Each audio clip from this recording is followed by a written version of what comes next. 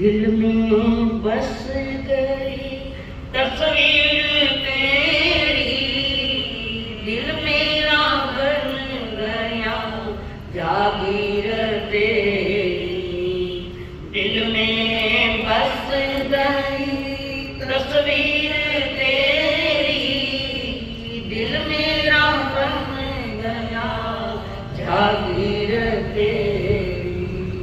तो मेरा ठाकुर मैं हूँ पुजारी, तो मेरा ठाकुर मैं हूँ पुजारी, रिश्ता निभाना जरूर होगा, रिश्ता निभाना जरूर होगा।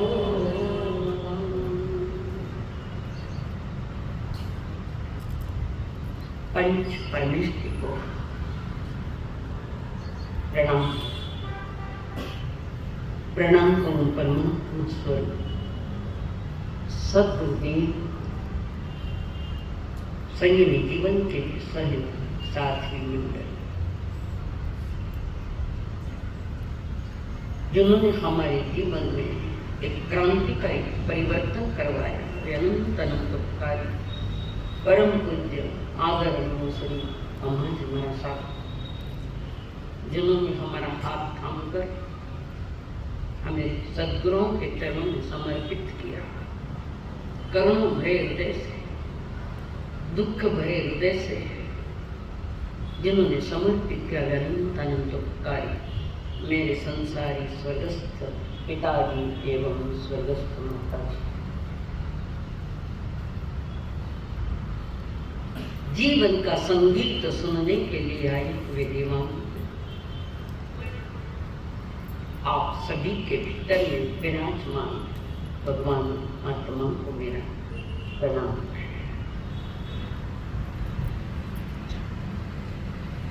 हमारा जीवन एक सुगम संगीत बन जाए, जीवन का राज खुल जाता है। पर जीवन क्या है इसको जानने की पहले जरूरत है फिर उसकी अभिव्यक्ति। जन्म से जीवन तो नहीं मिलता,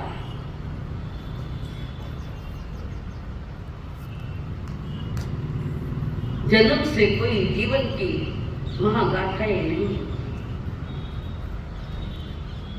जन्म मिलता है, जीवन बनाना पड़ता है।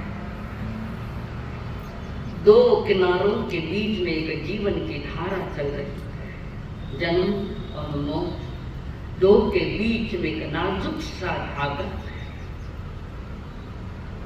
पर अत्यंत महत्व लिया हुआ वो धागा जिसको हम जीवन कहते हैं। जीवन को हम प्रवाह भी कह सकते हैं, जो प्रवाहित हो रहा है। आपका हमारा सभी का जीवन प्रवाहित हो रहा है। प्रवाहित नहीं होता तो जैसे आप जन्मे मां की गोद से वैसे ही रहते हैं, प्रवाह हुआ कहीं आ गया, परिवर्तन।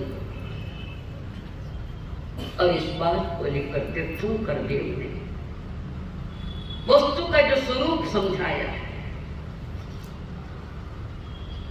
जिसमें उमा स्वाति जी ने तत्वार्थ सूत्र में लिखा है। कई दिन यहाँ बैठे जो तत्वार्थ सीखी, परंतु शायद डायरिया कपाट में बंद हो गई। वहां उन्होंने पंचम अध्याय में उदाहरण किया था, उत्पाद वैरी द्रव्य युक्तम सत्य। परिवर्तन कराने वाले कोई तीर्थंकर नहीं, कोई तीर्थंकर। परिवर्तन नियति का नियम है, वो पदार्थ का नियम है, और जो त्रैकालिक है, था है तो रहेगा। तो तीर्थंकर देव ने या उमा स्वाति जी ने कहा वस्तु का स्वरूप ऐसा ही, कोई शाश्वत तत्व है, शाश्वत जो तत्व है बिना देखे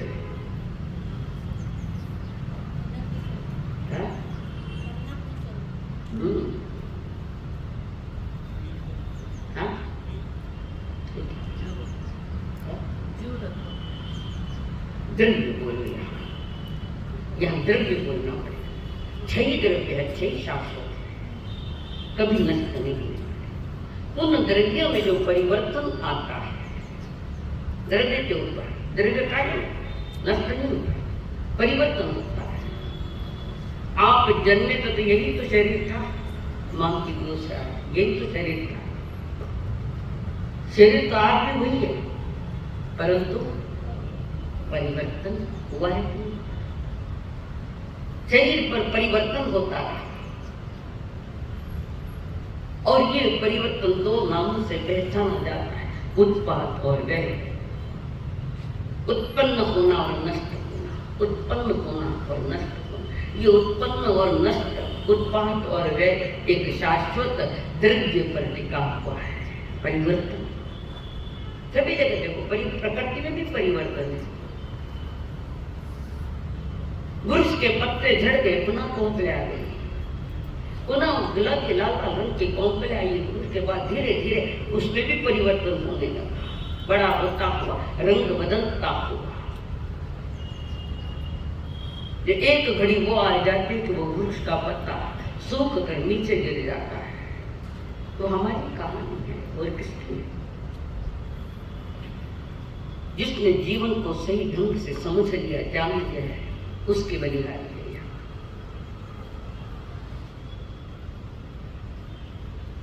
भगवान बुद्ध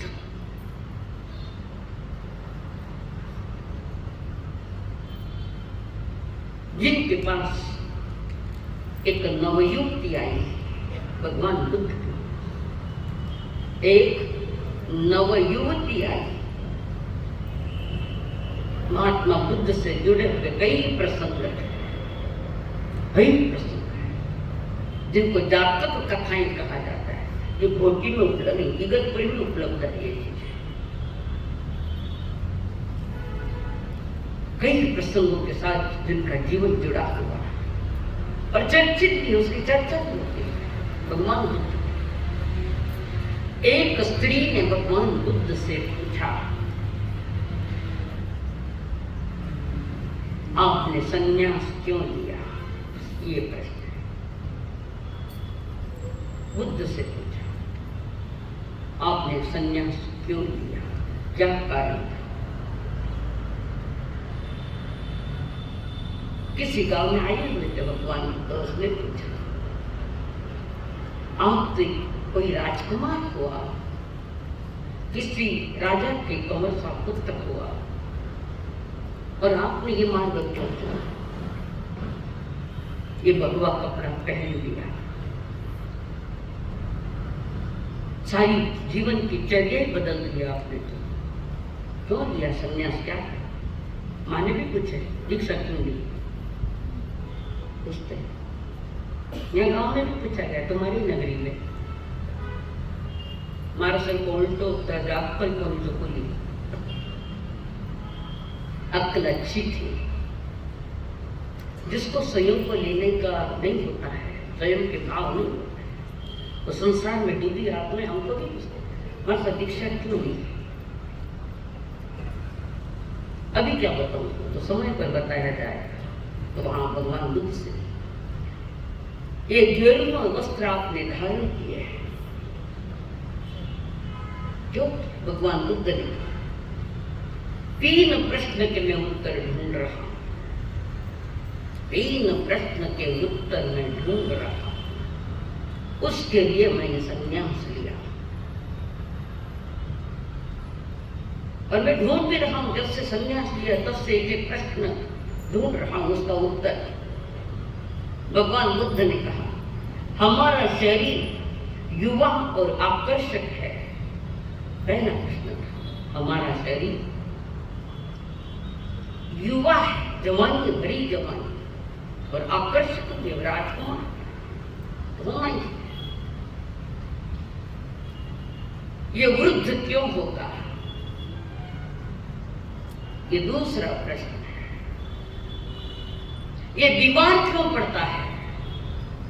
तीसरा प्रश्न। इन तीनों के में समाधान लेने के लिए मैंने संन्यास का मार्ग अपनाया है। संसारियों के पास ये प्रश्न नहीं होते। संसारियों के पास तो वो प्रश्न होता है, अर्चना जी आपने दीक्षा क्यों ली? ये मैं आपसे पूछा, आपने क्यों ली? क्यों नहीं ली? पता पुरुषार्थ कम पड़ रहा है, ठीक से समझ नहीं पा रहे तो आप। और भगवान बुद्ध ने 3 बातें रख दी। वो बड़ी प्रभावित हुई स्त्री इन प्रश्नों से। ये प्रश्न क्यों उठे भगवान बुद्ध को? कोई कारण है इसका? जब पहली बार महलों से निकले सहज वसंत महोत्सव प्रकृति का आनंद लेने के लिए, और भगवान बुद्ध जब जन्मे थे तो कुंडली देखकर ज्योतिषी ने कहा था इनको बाहर मत जाने देना, बाहर की हवा मत लगने देना, अगर इनको बाहर की हवा लग गई तो ये महल छोड़ देंगे। अभी जवानी आ गई तो होता है मन। सारी व्यवस्था महलों में कर दी थी उनके पिताजी ने, सारी व्यवस्था कर दी थी कि बच्चा बाहर नहीं जावे, यहीं आनंद लेवे। आजकल बंगलों में फ्लैट में होते ना, बगीचे बगीचे लगाते हैं। और सहज मन में आया बुद्ध के, गौतम के प्रकृति काल जौन है, नियति को कोई नहीं बोल सकता। और जैसे ही बाहर निकले महलों से जा रहे थे, रथ में बैठकर सारथी रथ चला रहा है और अचानक एक झुका हुआ आदमी लकड़ी लेकर चल रहा है, कमर झुकी हुई है। और बुद्ध ने उसको देखा, ठीक से चल नहीं पा रहा है। सारथी को पूछे ये ऐसा क्यों हो गया? ये परिवर्तन होता है बाबा महाराज कुमार जी, ये परिवर्तन होता है। शरीर झुकता है, किसी का नहीं झुकता, झुक जाता है। स्पाइनल कार्ड में प्रॉब्लम आते हैं तो शरीर आगे की तरफ झुकता है। तो क्या मेरे लिए भी ऐसा हो सकता है? महाराज कैसे बोलूं मैं आपको, एक राजकुमार और आपको मैं कैसे बोलूं? इससे कोई नहीं बच पाया, कोई नहीं। फिर मन में मंथन चालू हो गया। थोड़े आगे चले, हजारों की भीड़ में कोई यात्री जा रहा है, लोग कंधा लिए ले जा रहे थे और वे ले जा रहे राम नाम सकता है। ये बोल रहे सारथी को भारत रोको, ये क्या है कि एक आदमी जिसकी चेतना निकल के जो मर गया है, कहाँ ले जाया जा रहा है? जहां अंतिम मुक्काम है शरीर का, वहां ले जाया जा रहा है। अंतिम मुक्काम मोक्ष धाम, नाम भी अच्छा दे दिया, दरंड काम नहीं, मोक्ष होते, मोक्ष धाम। इसका अग्नि संस्कार हो, जला दिया जाए तो क्या मुझे भी मौत आएगी? साथ से कहता है ये सभी के लिए अनिवार्य है, जो जन्म लेगा वो मरेगा, वो मरेगा नहीं। लोग मौत से बचते हैं, जन्म से बचोगे नहीं कहते। और जो जन्म से बच जाता है वो मौत से भी बच जाता है। अनंतात्माएं बच गई, जिसको हम सिद्ध भगवान के। फिर आगे चले, और कोई ऐसी घटना नहीं, उस घटना ने आंदोलित कर दिया भगवान बुद्ध को। नौजवान राजकुमार मन में आंदोलित कर दिया, स्थान में था, मंथन चल रहा है कि मेरी भी दिशा ये। रथ घुमा लिया, महलों में गया, वापस गया और सबको कह दिया। पत्नी को नहीं कहा, यशोधरा को नहीं कहा कि मैं जा रहा हूं, छोटा बच्चा बता रहा हूं। उनको कहे बिना मध्य रात्रि में निकल पड़े भगवान, निकल पड़े। ये दुर्दशा नहीं हो गई इसलिए मैं निकल जाऊंगा, और अपना संकल्प पूरा कर लिया। बाद में सभी ने रोकना था, प्रभु ने चरवई थी। और वो स्त्री बहुत प्रसन्न हुई। वो स्त्री भगवान बुद्ध के 3 बातें जो बताई, मैं 3 प्रश्न का हल लेने लिए निकला, बहुत खुश है। और उसने न्योता दिया भगवान बुद्ध, प्रभु मेरे घर के मेहमान तो मेरे यहाँ भोजन करो। हजारों की भीड़ बुद्ध के साथ, और वो बहन कह रही प्रभु मेरे को भोजन के लिए पठाओ। लोगों ने कहा भगवान बुद्ध से आप नहीं जाना उनको घर, वहां नहीं जाना है भोजन करने के लिए, हम जाने नहीं देंगे। बुद्ध ने पूछा क्यों तो जाने देंगे?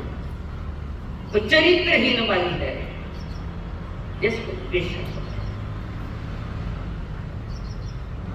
सैकड़ों वेश्याओं को सही मार्ग दिखाने वाला वो धरती का पुत्र जैन दिवाकर चौथ में जी महाराज, जिनके प्रवचनों में वेश्या बैठी थी और प्रवचन सुनकर जीवन में परिवर्तन लेकर आई। संतों ने कोई काम कम नहीं किया। बुद्ध ने न्योता दी, मैं आऊंगा, जरूर आऊंगा। और लोग मना कर रहे हैं, वो भाई चारित्र। भगवान बुद्ध ने गांव के सरपंच को बुलाया और सरपंच वहां पहुंचे। सरपंच का हाथ भगवान बुद्ध ने पकड़ लिया और कहा आप सरपंच हो, ताली बजाओ। बजे ताली बजे, एक हाथ बुद्ध के हाथ में और एक के हाथ में। ताली बजेगी क्या? बजाओ ताली। वो कहते हैं कैसे बजे? दोनों साथ में रहे तो बजे ना, दोनों ही हाथ साथ में बजे, टक्कर रखो, आवाज आता ताली का, तो बजा के दिखा एक हाथ। भगवान बुद्ध कहते हैं भाई अकेली दूसरी नहीं, तुम भी दूसरी। वो चरित्रहीन क्यों बनी कि तुम उसके घर के मेहमान बन गए? क्या सके के बाद। और फिर भगवान बुद्ध ने कहा अब आप भी बता दो कौन है इस संसार में जिसने पाप नहीं किया है? एक निकाल कर सरपंच को एक भी बता दो, ये एवं तुम भी आप भी बता दो कि संसार में कौन है जिसने पाप न किया हो। संसार में पापी लोग हैं, पर पापी के पुण्यात्मा बनकर परमात्मा भी बन गए लोग नहीं बने। दिशा बदल दी, जीवन की दिशा बदल दी भगवान बुद्ध ने। और कई लोग हैं जिन्होंने अपने जीवन की दिशा बदली और पाप में रचे पचे निकल कर सीधे बाहर आकर परमात्मा के शरण में जाकर मुक्त हुए हैं। और वहां भी कह रहे कौन जो दुनिया में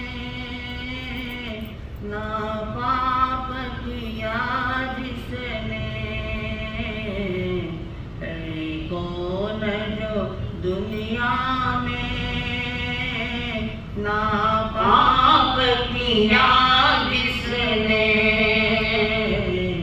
बिन उलझे कांटों से है फूल चुने किसने, है फूल चुने किसने, बेदाग नहीं हो यहाँ पापी सारे हैं, ना जाने कहाँ जाए हम बहते धारे, हम बहते धारे है। संसार है एक नदियाँ, सुख दुख दो किनारे हैं, ना जाने कहाँ जाए हम बहते धारे हैं। अभी क्या है कौन जो दुनिया में ना पाप किया जिसने, बिना उलझे कांटों से है फूल चुने किसने, है फूल चुने किसने, बेदाग नहीं को यहाँ पापी सारे हैं, ना जाने कहाँ जाए हम बहते धारे हैं। कौन ने संसार में जितना छोटा भी पाप नहीं किया है? कोई बड़े पाप में मिल जाए, कोई छोटे पाप में मिल जाए तो उलझा तो संगत है। और जिनको सत्संग में समझ पैदा हो गई वो पाप से बाहर आकर पुण्य की धारा पकड़ ली उसमें, और पुण्य की धारा में चलते चलते परमात्मा के चरणों में जाकर बैठकर पवित्र जीवन बना लिया। नहीं है तुम्हारा इतिहास। कौन जीव है जिसने पाप नहीं किया है? छोटे हो मोटे हो, पाप तो वही है। और संसार उसी का नाम है जहाँ पाप और पुण्य की धाराएं चलती है, कभी पाप और कभी पुण्य। और पुण्य जब तीव्रता में उदय होता है, पुण्यों का जब उदय होता है फुल गति से, फुल जोरों से, तो कभी कभी जीवन के लिए वो भी घातक हो जाता है। पुण्य उदय है, सब कुछ मिला है, और पाप का रास्ता पकड़ा है। पाप का मिला हुआ पुण्य खो रहे और पाप के रास्ते पर चल पड़े हैं लोग। जो पंचम काल है, और पंचम काल की यही परिभाषा है कि पुण्योदय में पाप करना, यही परिभाषा। भगवान बुद्ध की सरपंच को कहे, बताओ किसने पाप नहीं किया इसमें? जो एक भाई के लिए आप ऐसे बोल रहे हैं। आज का पापी कल का परमात्मा हो सकता है। आज का पापी परमात्मा का भी कोई अतीत है और पापी का भी कोई भविष्य है। सभी पापी रहेंगे, सब कानून नहीं है। तुम्हारा अर्जुन माना का सामने किया, महापाप करने के बाद भी अपने जीवन का कल्याण किया। पर कई लोग ऐसे हैं जिनको पाप ही पाप अच्छा लगता है, और वो चरित्र नायक जो है वो है धवल सेठ। कदम कदम पर पाप के पीछे चला, पर पाया क्या? मर के सातवें नरक के सातवें नरक का स्थान पाया, जहां से निकलना, जल्दी निकलना संभव नहीं, पर वहां की स्थिति 33 सागरोपम। सागरोपम भी बहुत बड़ा है। माथा ऊपर जा पहले तो तुम्हारे पे नहीं जरूरत। और जिसका जबरदस्त पुण्य उदय, कोई कितना ही करे, कुछ भी करे, कदम कदम पर जिसका पुण्य का उदय है, पुण्य के काम किए तो पुण्य उदय आए। लहसुन खाओ तो लहसुन की बात आ गई, इलायची खाओ तो इलायची की सुगंध आ गई। तुम्हारे खाने पर डिपेंड कर क्या है। श्रीपाल नरेश्वर समर्यो परमेष्टि नवपद प्रेम से। श्रीपाल नरेश्वर समर्यो परमेष्टि नवपद प्रेम से। श्रीपाल जी के पास एक 60 आया हुआ है, 60। और उसको पूछा कौन को? श्रीपाल जी ने पूछा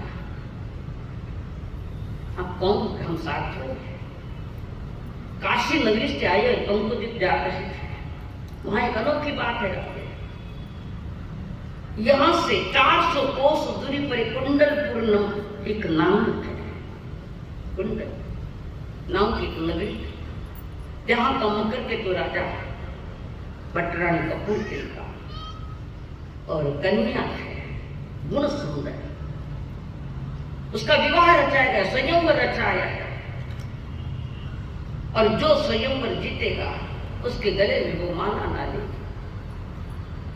रूप किया छोड़ सिया, अत्यंत रूप मिला कन्या, मान रूपवान है। पर उसने शर्त रखे कि मुझे वीणा वादन में जो हराएगा उनके गले में माला पड़ेगी। और वो 60 को मोतियों की माला देकर रवाना किया श्रीपाल जी ने। फिर बैठते क्या करूं, कैसे जाऊं? 400 कोस यहाँ से, ऐसे कोई वाहन भी नहीं कि मैं जल्द वहां पहुंच जाऊं, कोई वाहन। पर एक चीज मजबूत थी उनके पास, नौपत थी। अभी विद्या का विषय नहीं, नौपत, जिसके साथ उन्होंने जीवन भर की, जब से कोढ़ की बीमारी तब से लगाकर सतत नवपद के ध्यान में रहते घंटा घंटा, और फिर याद है चलो नवपद्य का ध्यान करो। जैसे ही नवपद्य का ध्यान किया, विमलेश्वर देवता सामने आकर खड़े हो गए। देवावी तम नमो। विमलेश्वर देव आए और वहां आकर पूछा श्रीपाल जी से, आपने हमें याद किया? हाँ, हमने आपको याद किया। कोई तो कारण जरूर होगा, कोई कारण, बोलो क्या बात? उन्होंने सारी बात रख दी, और बात रखने के बाद मेरे लिए क्या सेवा है? तो विमलेश्वर देव, उन्होंने सारी बात विमलेश्वर जी के पास रखी, देवता के पास। उन्होंने 4 प्रकार की विद्याएं दी। पहली है मन चाहे जब स्थान पहुंच सको, जहां भी जाना हो आपको घंटे के अंदर चंद समय में पहुंच जाओगे। पहली विद्या,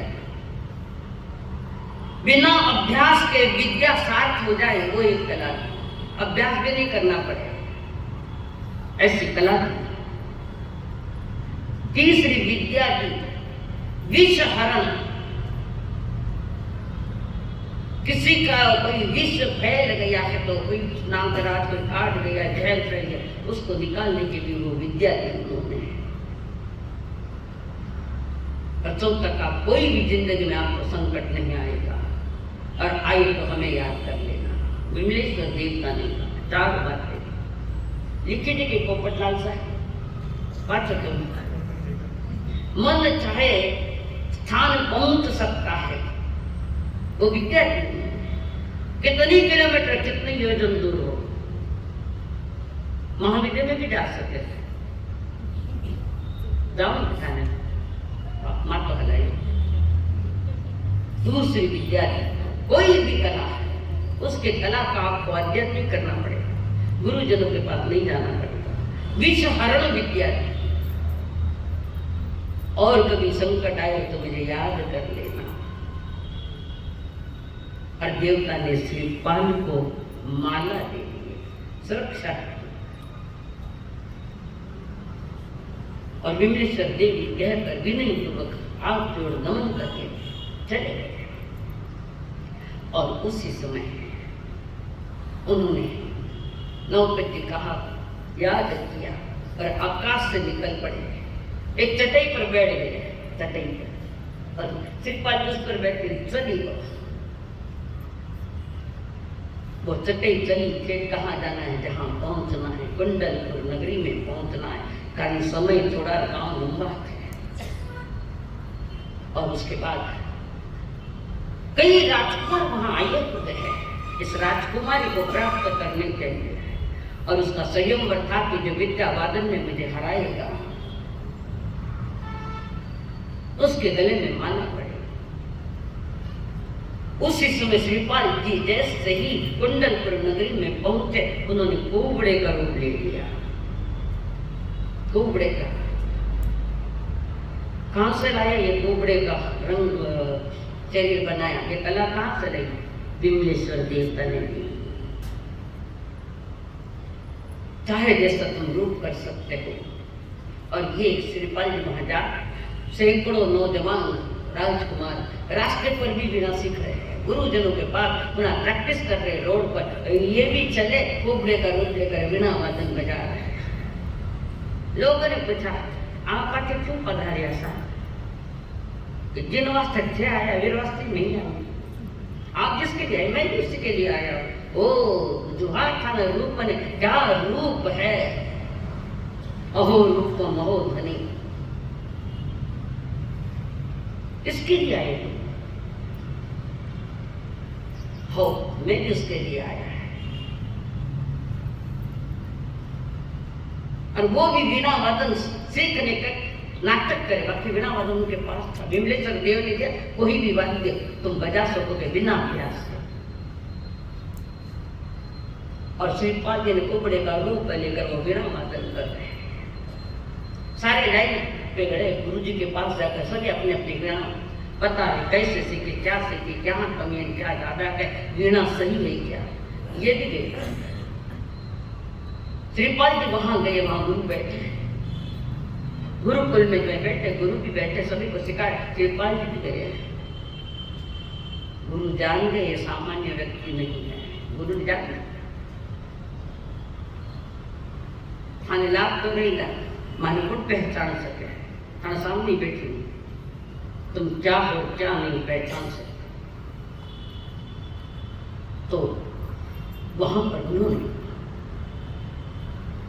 समय आ गया, जो संयम का दिन था वो दिन भी आ गया।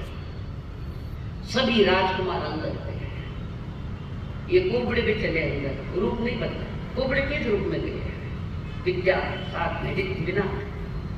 द्वारपाल ने रोक दिया, अंदर नहीं जा सकते आप, मुझे जानिए किसके लिए आए? राजकुमारी का साथ शादी करने को घना रूप आना, ओले से सोना रो कंदोरो दे दियो, लालच महावीर है। सोने का कंदोरा जो कमर पर बांधा जाता है, सोने का, प्योर सोने का, उसको देखे था मैंने परसों मिलेगी ना उसको नहीं। तो उसके साथ वो अंदर गए तो सारे लोग हंसने लगे, सब जो बैठे राजकुमार वो भी हंसने लगे। क्या क्यों पता है क्या मैंने राजकुमारी के साथ ब्याह कर थानो नंबर कभी ला, एक से एक रूपवान बैठे यहाँ, पर उनको पता नहीं कि इनका भाग्य कितना बलवत्तर है, इनका पुण्य कितना जबरदस्त है। तो वो भी बैठ गए बाजू में वीणा लेकर, राजकन्या वीणा लेकर आई है, एक एक राजा के पास जाती हुई आई है, कोई पास नहीं हो रहा है। स्वयं के स्वयंवर को स्वयं ही प्राप्त करना, तो स्वयं। और इतने राजाओं के बीच में श्रीपाल जी ने धीरे से असली रूप उनको बता दिया, कन्या राजकुमारी को असली रूप बता दिया, और राजकुमारी समझ गई कि मेरा स्वयंवर यहाँ फलेगा, यहीं फलेगा, और वो वहां जाकर खड़े, वो कन्या उनके सामने खड़ी है, और उसने वरमाला पहना दी। तहलका मच गया, खूब तहलका मचा,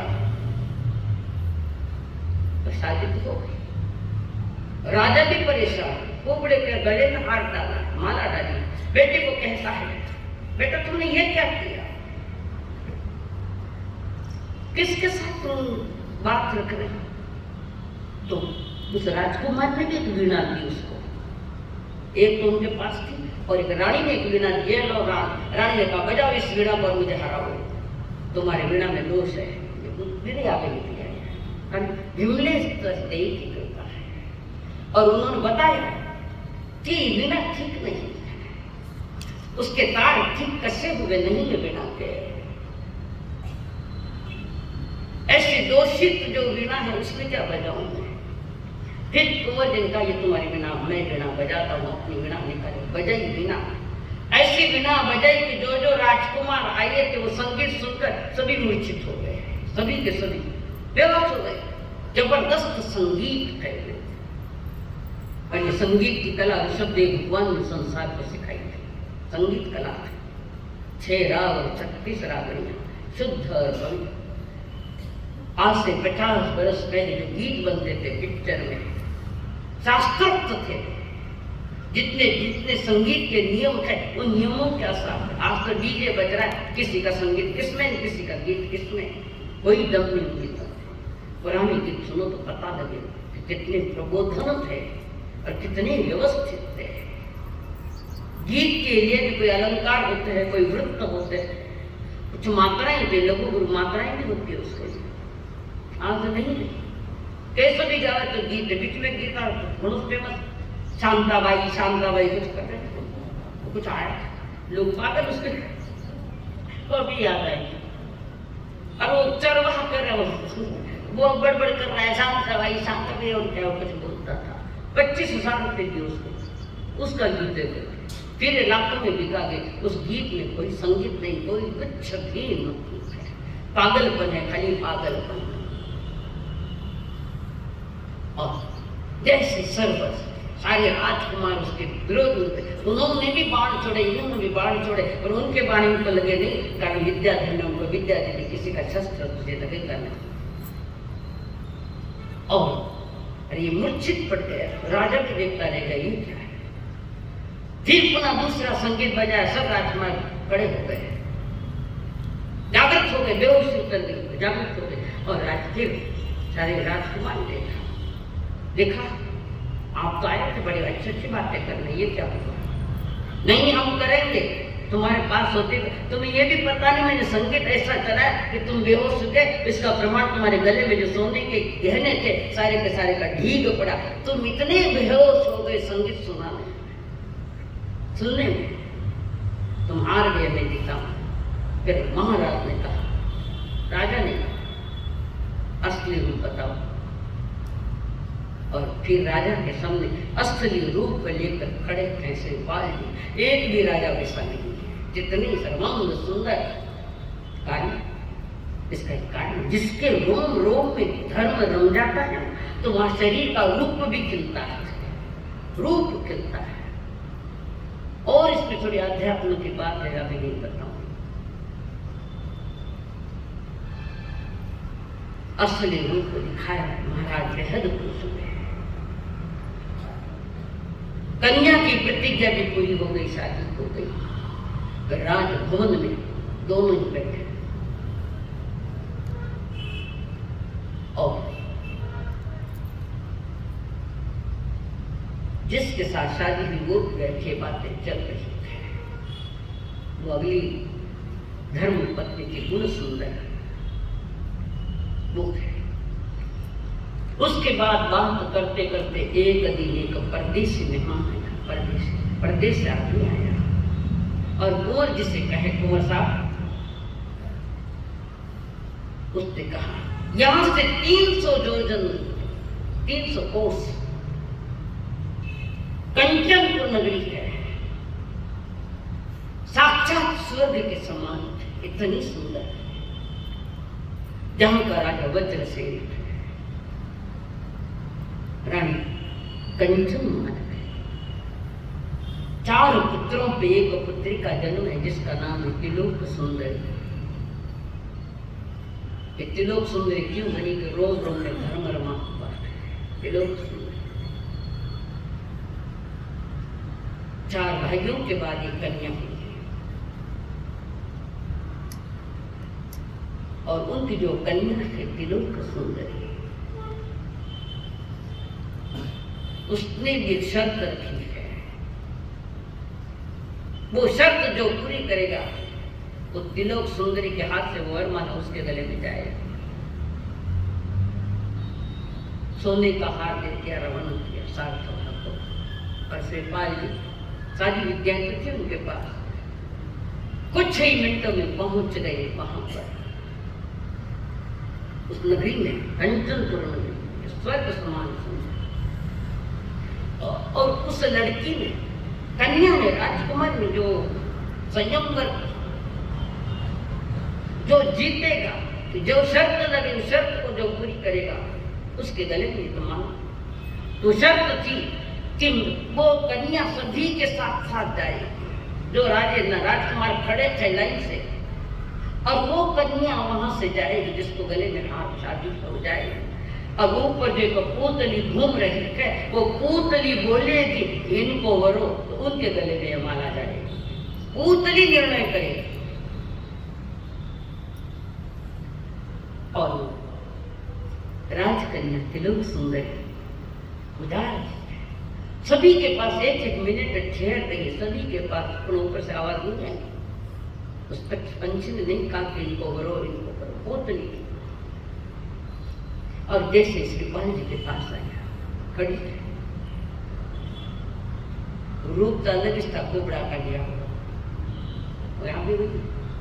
जैसे वहां खड़ी कर पूतली कहती है इनको वरो, इनको वरो, इनके गले में डालो, पूतली कह रही है श्रीपाल के निज स्वरूप को कन्या देख भाई, देवयोग से कहे पूतली, देवयोग से कहे पूतली वरो वरो इस काली हम श्रीपाल नरेश्वर समरो परमेष्टि नवपद प्रेम से श्रीपाल नरेश्वर समरो परमेष्टि नवपद प्रेम। पूतली से संदेशा मिल गया, गले में माला पड़ गई। राजा ने कहा असली रूप बताओ तो बताए। अब ये सारी राजकुमारों को लगता है हमारा अपमान हो गया, हमको बुलाया हमारा अपमान किया। अब वो अहंकार है तो आदमी अहंकार में क्या करेगा? युद्ध सिवाय रास्ता क्या है? युद्ध ही करेगा। अहंकार को चोट के तो थाने बताऊं श्रीपाल जी कैसे तुमने गले में माला है। उनने जबरदस्त कदम कदम पर निधान उठे, चारों तरफ बहुमाम भी पाल रहे, सुंदर पतियां भी पाल रहे, कई तरह के दहेज भी दिए जा रहे हैं। श्रीपाल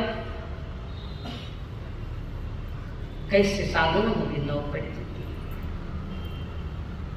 और उस अनठाने बीच में चिट्ठी मत लिखा है तो नमो हंताम सिद्धांत नो खाने करके कितनों ने की मुझे पता नहीं।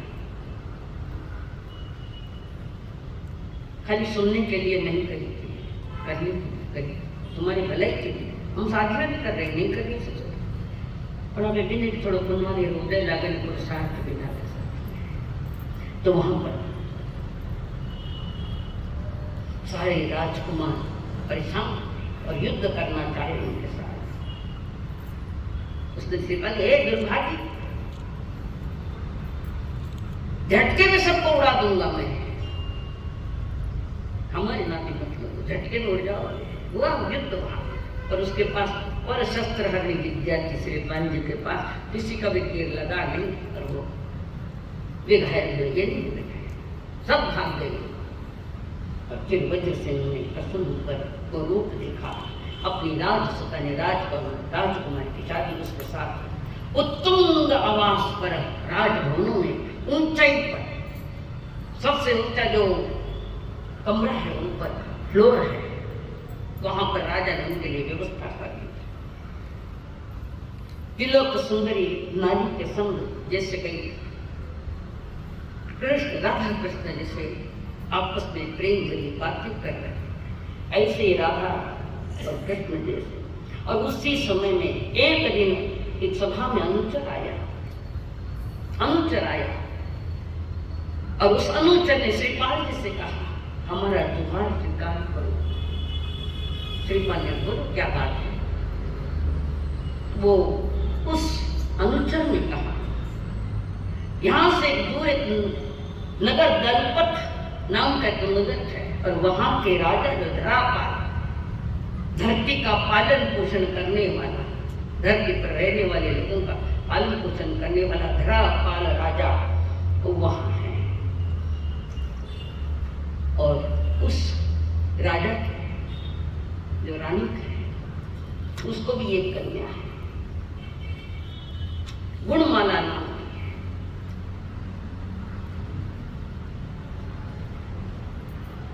रानी अनुपम 84 में गुणमाला पटना 5 बेटों के ऊपर एक कन्या है। उस कन्या का नाम है श्रृंगार सुंदर। कन्या अति सुंदर। कितनी हुई रानी? मोस्टर बेटा अनाज का लड़का बाढ़ दे के कोई भिखारी व्यक्ति चाल देगा।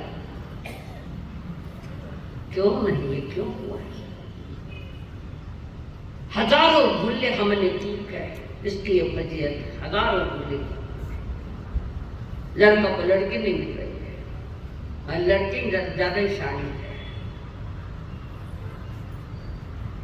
हमारा पवित्र रस्म था विवाह, पवित्र रस्म। क्या ऋषभदेव भगवान ने इसके बारे में बात नहीं? पहली शादी किसकी हुई धरती पर? सबसे पहले शादी किसकी हुई थी? ऋषभदेव जी की कारण वो जुगलिया भाई बहन, जुगले धर्म चल रहा था, भाई बहन आपस में ट्विंस जन्मे रहे, 2 साथे जन्मे, 2 ताबार भी जन्मे। वे अकर्म भूमिका नहीं है, वे वो तो ट्विंस अलग चीज है। ये और दोनों भाई बहनों को सुलाकर माँ काम करने के लिए खेतों में गई और एक डाली पड़ी और लड़का गुजर गया। पर पहले के जमाने में ये जुगलिया जो होते थे, भाई बहन नहीं होते, युवा अवस्था में वे ही शादी कर लेते, पति और पत्नी ट्विंस ही होते सबके, कम ज्यादा नहीं।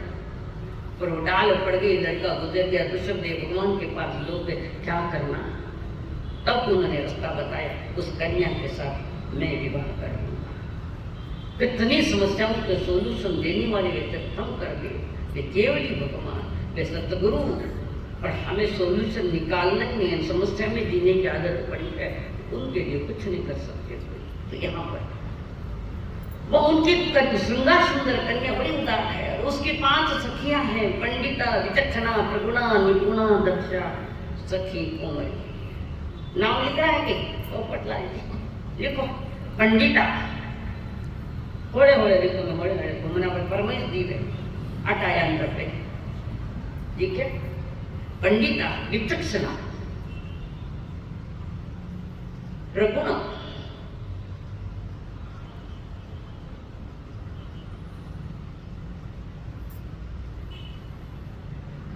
प्रगुणा, निपुणा और दक्षा, उसकी खास रहेगी। श्रृंगार सुंदर की 5 सखियां, तो क्या के 5, और वे भी 5 के 5 श्रृंगार सुंदर की तरफ जैन धर्म की धारी थी, यानी सिद्धांतों को मानने वाली, सत्य को समझने वाली, जिनेश्वर की वाणी को अपने जीवन में रोम रोम में बसाने वाली वो 5 के 5 उसकी सखियां थे। और वहां उसने एक निर्णय किया, श्रृंगार सुंदर ने, उसने भी स्वयंवर की रचना की है, और उसमें जो स्वयंवर में मैंने जो शर्त लगा, उसको जो जीतेगा, श्रृंगार सुंदर तो उसके गले में माला डालेगी, पर ये 5 भी उसके गले में माला डालेगी। जिसके गले में श्रृंगार सुंदर डालेगी, ये 5 ही सखियां उनके गले में माला डालेगी। और शर्त क्या थी कि मेरी जो सखियां हैं, वो सखी उनको प्रश्न पूछेगी, सखियां, और वो पूतली उत्तर देगी, पूतली। और जिसके लिए उत्तर नहीं दे तो विषय ही नहीं आता है। और वहां पर राजकौरी ने कह दिया श्रृंगार सुंदर को, तो प्रश्न पूछो। श्रीपाल जी वहां खड़े थे पूतली के पास, और उसने पूछा, पहली सखी ने ये प्रश्न आया है पंडिता की ओर से। वो प्रश्न था, मन वांछित फल होई, बस इतना ही, पूरा करो इसको, ये दोहा है, मन वांछित फल होई। तब श्रीपाल जी ने पुत्री की तरफ देखा, और पुत्री ने जवाब दिया, कह दिया, उत्तर दिया, अरिहंतादिक नव पद मन वचकाय जो दोष मरेगा, उस पुण्यवान पुरुष के प्रत्यक्ष, उन पुण्यवान पुरुष के प्रत्यक्ष मन वांछित फल होई हो, श्रीपाल नरेश्वर हमरो परमेष्टि नव पद पे बसे। पंडिता की ओर से प्रश्न गया है, और उस पुतली के नीचे खड़े हैं श्रीपाल जी, मनवांछित फल होई। वो पुतली कहे, अहंत देव यंत गुरु गुरु निग्रंथ और दया में धर्म, ये 3 तत्व सारे संसार में, देव यंत गुरु निग्रंथ। कषाय है जिनके कमजोर है वे निग्रंथ गुरु और दया। तो इन 3 तत्वों को जो स्वीकारेगा और 9 पद की मन वचन काया से जो सुनेगा, उस पुण्यवान पुरुष के मन वांछित फल हुई। अन्य कोई राजकुमार इसमें फिट नहीं, श्रीपाल जी बैठे। फिर दूसरी ने भी प्रश्न पूछा, सखी ने, उसने कहा, और न देखो कोई। श्रीपाल जी ने पुतली की तरफ देखा, था उत्तर दो, अरिहंत देव सुसाधु सदगुरु धर्म दया में हो, जपो मंत्र नवकार सदा तुम, और न देखो को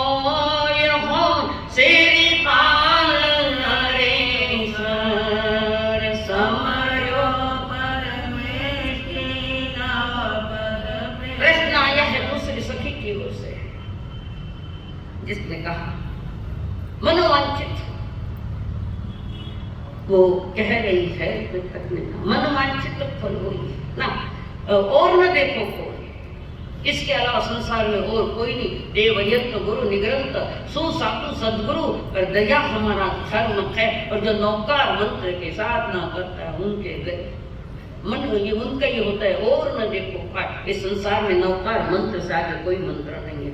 इस नौकार मंत्र से 84 लाख मंत्र निकले हैं।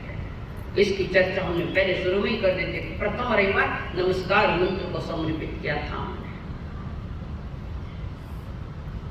आगे की तीसरी प्रगुणा ने पूछा, जितना लीला लिखा लीला और पोतली कर तो बताओ। रेमन चिंता मत कर, जाल कुछ मत कर, चिंता मत कर तू। और वो कह रेमन चिंता जाल बीच में, जीजो सुपा कर दान तप संयम उपकार करी पर।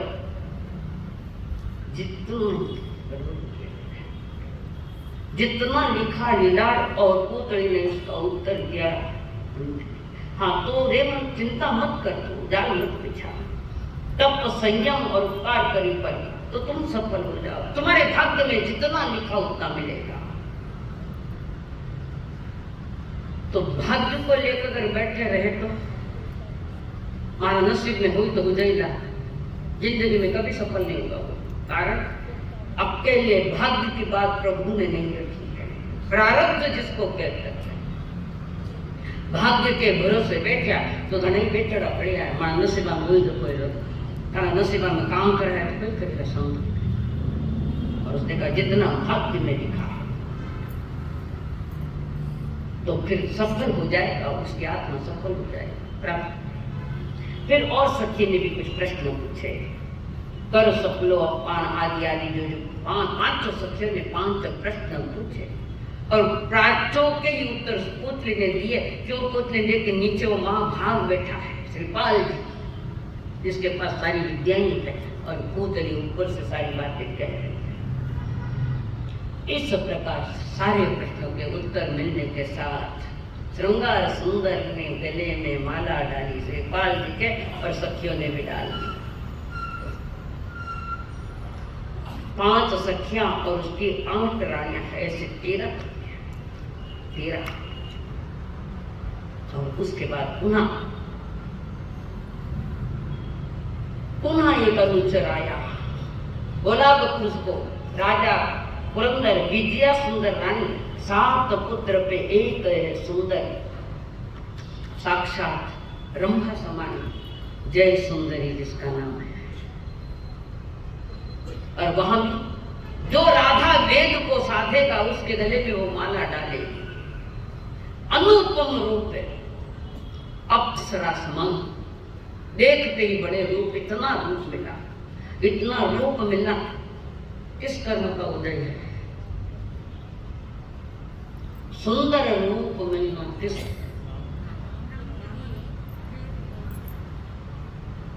कौन सा कर्म, कौन बताए? शुभ नाम कर्म। शुभ छोड़ दिया ना, नाम कर्म क्या? शुभ नाम कर्म का उदय है। सर्वांग सुंदर मिलता है, पूर्व जन्म में साधना है। देव गुरु धर्म के सानिध्य में रहकर जिन्होंने अपने जीवन की उन्नति की, उनको ऐसे रूप मिलते हैं। और राधा वेद की बात वहां रखी गई, और उसने जाकर श्रीपाल जी को कहा है कि आप भी जाओ तो जाओ, देखो अपना भाग्य अजमाओ। उसके साथ श्रीपाल जी वहां से निकले, वहां पहुंचे उस नगरी में, और पहुंचकर बहुत सारे लोग आए, और राधा वेद हर कोई साधने की इच्छा कर रहे हैं कि राधा वेद क्या होता है कि 4 चक्र इस तरफ से, 4 ऐसे घूमते हैं और 4 चक्र ऐसे होते हैं। वो राधा वेद पांडव के पुत्र अर्जुन ने राधा वेद साधा था, उड़ाया था। वो नकली चिड़िया थी, पर उसके नीचे देखकर आंख थोड़ी इसकी नकली चिड़िया, असली नहीं थी वो। तो जिसके 8 चक्र होते, 4 दाई और 4 बाई और दोनों मिले, और उसके बीच में वे घूमते रहे। उसके ऊपर एक पोतली चक्र के साथ फिरती जाती है, उसके नीचे तेल और कढ़ाई में तेल रखा हुआ है, और उस जो ऊपर घूम रही है वे चक्रपात्या घूम रही, उस कढ़ाई में तेल में उसका प्रतिबिंब देखकर, नीचे देखकर उड़ाना उसको। पुतली की आंख उड़ाना है, नकली पुतली। पात्या 4 इधर घूम रही है, 4 इधर घूम रही है। कितने पात्या है? 8 पात्या। कर्म कितना? तो उस आंख को घोड़ना है, सही आंख मिलाना, मिथ्या की आंख निकालना और सम्यक की आंख लगाना। वहां ये बात है। पूरा 9 तो ऊपर टिका हुआ है श्रीपाल, और वहां पर सभी आए, कोई नहीं जीत पाए। कहीं चिपक ली वैसे नरक में आया ना, नीचे पर धक्के की तरह चिपक ले, वहां डरे ना। जो ज्यादा डरता है आगम में आया उसका संकेत, जो ज्यादा भयभीत होता है छोटी छोटी बातों को समझना वो नरक से आया हुआ है। मैंने के शास्त्र में है ऐसा, एक अंधा रखा ज्ञानियों के वचन है, और सब आकर के कोई भी नहीं कर पाया। और आए श्रीपाल जी सामने आए, और श्रीपाल जी ने कड़े में देखा पुतली घूम रही, मन को एकाग्र किया उस पुतली की आंख की तरफ। बाकी बातें भी उन्हें नहीं दिख रही, इतनी एकाग्रता है श्रीपाल जी की कि बराबर वो तीर निकल चढ़े और उसको लगे। अब उनको बातें भी दिखनी बंद हो गई, पुतली दिख रही, अब पूरी पुतली भी नहीं दिख रही है, उस पुतली की आंख देख रहे, इनमें कड़े में देख रहे, और बराबर टूटे फिरते देखते हुए फटकन बाण लगाया, और वो पुतली की आंख फूट गई। राधा देव जो स्वयंवर था उसको साधर्थ है। श्रीपाल जी ने 9 बजे जा रहा था, देह उधर भीतर में घूम रहे, 9 पदों की साधना चल रही है मन में, अंतर में, और देख रहे बाहर। और इसी बीच वो भी राजा ने उसकी शादी कर दी श्रीपाल जी के साथ। उनको भी बड़ा आवास दिया रहने के लिए। कंवर साहब है, जवाई साहब है, शाना बना आबारा को पुराना आबार को नखरा करे ज्यादा, सास से ज्यादा दुनिया का नखरा। और वहां पर आवाज श्रीपाल जी बैठे, सभी जहां जहां उनकी पत्नियां थी, जहां जहां छोड़कर आए थे कि बाद में बुला ले, सभी को बुला लिया और बैठे राज सिंहासन पर श्रीपाल जी बैठे, सारी पत्नियां पास में बैठे। अचानक श्रीपाल जी का मूड खराब हो गया, मूड खराब हो गया उसका, चेहरे पर उदासी छाई है। सभी पत्नियां पूछती है प्राणनाथ क्या कहा है? कुछ नहीं, चेहरा कैसे उतर गया? कोई तो कारण जरूर होगा, कारण नहीं, चेहरा उतर गया। सभी पत्नियों ने पूछा प्राणनाथ को क्या? नहीं, आज मुझे मैना सुंदरी की याद आई, पहली पत्नी की, और मैंने उनसे वचन दिया था कि 12 वर्ष बाद अष्टमी को मैं यहाँ आ जाऊंगा, और समय तो है थोड़ा, सफर लंबा है, क्या समय थोड़ा है। और उसने कहा अगर आप नहीं पधारे प्राणनाथ, मैंने सुंदरी महान उपकार है मैंने सुंदरी के श्रीपाल जी के लिए, और मैंने सुंदरी तो अगर आप अमुक तारीख जो तिथि दीक्षा मुझे अष्टमी के दिन आप आएंगे, ऐसा बोला। अगर नहीं आए तो मैं दीक्षा नहीं जाना जरूरी, मेरा इंतजार करती।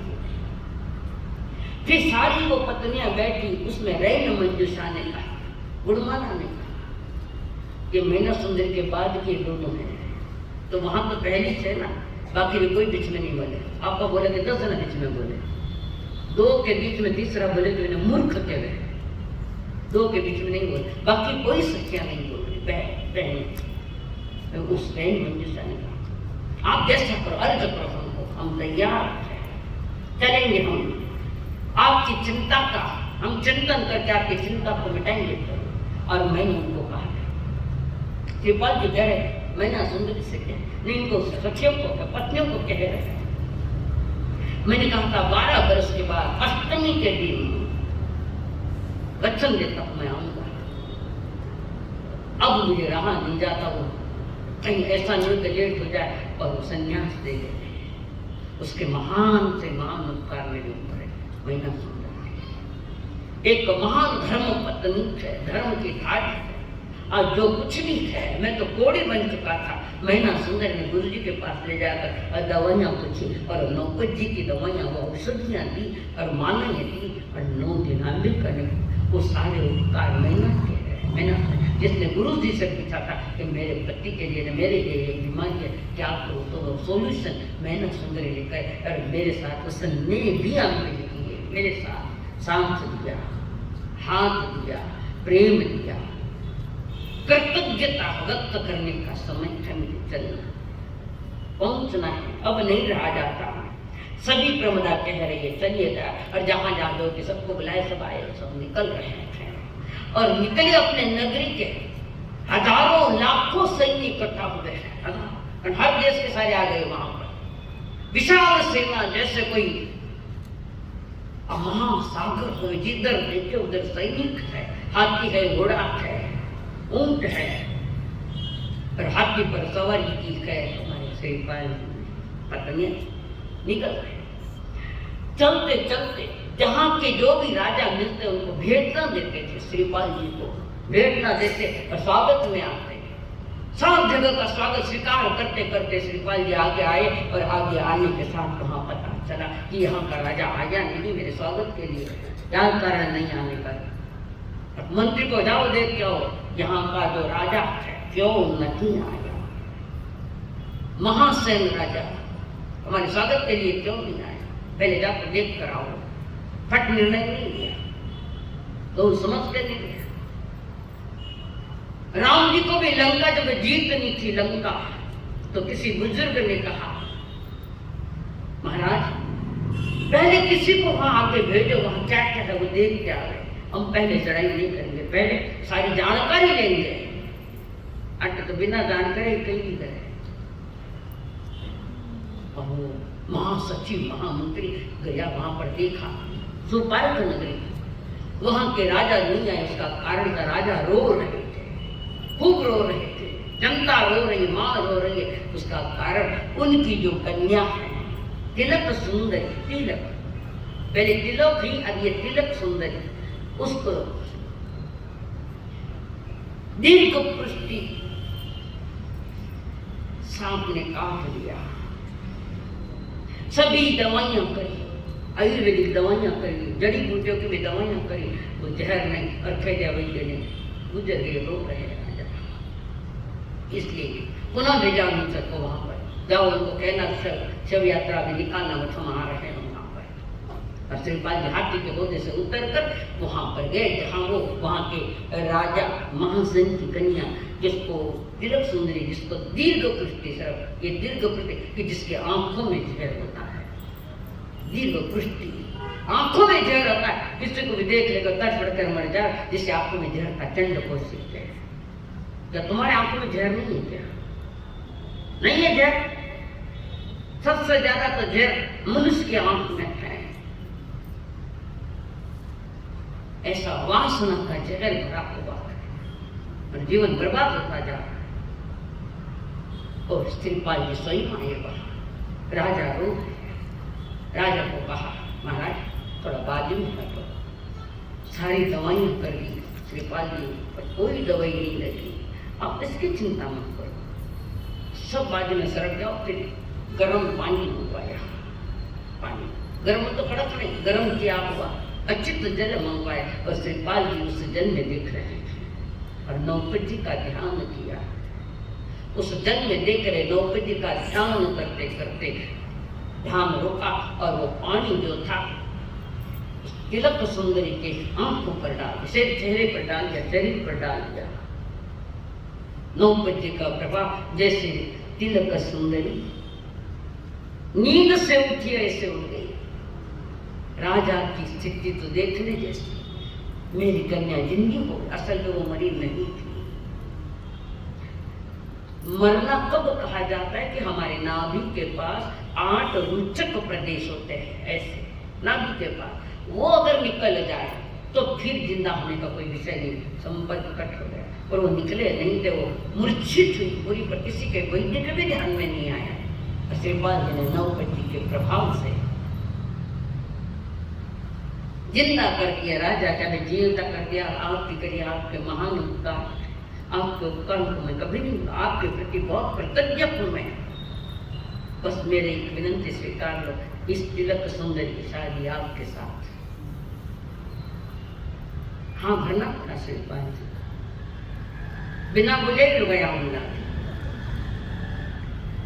श्रीपाल जी कोई माता बाप तो नहीं, कोई माँ भी पतो नहीं, बहना का भी पता नहीं, और वो शादी की। शादी होने के साथ श्रीपाल जी की सेना निकल रही है आगे। किस तरफ?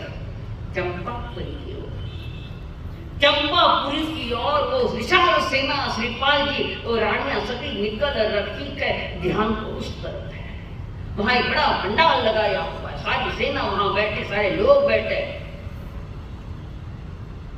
पुनः याद है क्या पर श्रीपाल जी के पास एक विद्यार्थी, अब सबको कह दिया कि मैं अभी आता हूँ, कारण 12 वर्ष अष्टमी का दिन है, मुझे जाना होगा। और एक विद्या लेकर उस विद्या के बलबूते पर श्रीपाल जी वहां पहुंच रहे जहाँ माँ और मीना सुंदरी दोनों, माँ और मीना। और मीना सुंदरी अपने माँ को और सासू को कहते, माता जी आज मुझे कुछ सुकून लग रहा है, लगता है आज पतिदेव आपके कंवर साहब आएंगे, आदत मन कह रहा है। क्यों कह रहा है कि मेरी आंख तो फड़क रही है, डाली भुजा भी फड़क रही है, ये संकेत आई। थारा मुंडा में बेटा थारा मुंडा में गुड़ खा लूंगी। और इतने में मध्य रात्रि में दरवाजा बजा, दरवाजा खुला और माँ देख रही श्रीपाल जी आगे थे, मैना भी देख रही। श्रीपाल जी ने माँ को वंदन के बार बार नमन किया। माँ की आंखों में ऐसे 12 वर्ष बाद मेरा बेटा आ गया। और मीना सुंदरी मेरी पावन लगी। और वहां पर एक दूसरे में तीनों में खुशी समय है। अब मैंने श्रीपाल जी कह रहे, माँ चलो। एक तरफ कंधे पर माँ को बैठाए, एक तरफ मीना जी को लिया और आकाशवाणी विद्या से वहां पर पहुंचे है। तंबू लगाया हुआ है, बहुत जबरदस्त उत्सव मनाया जा रहा है। उस उत्सव के बीच में श्रीपाल जी ने कहा, भाइयों संकल्प हो हमारा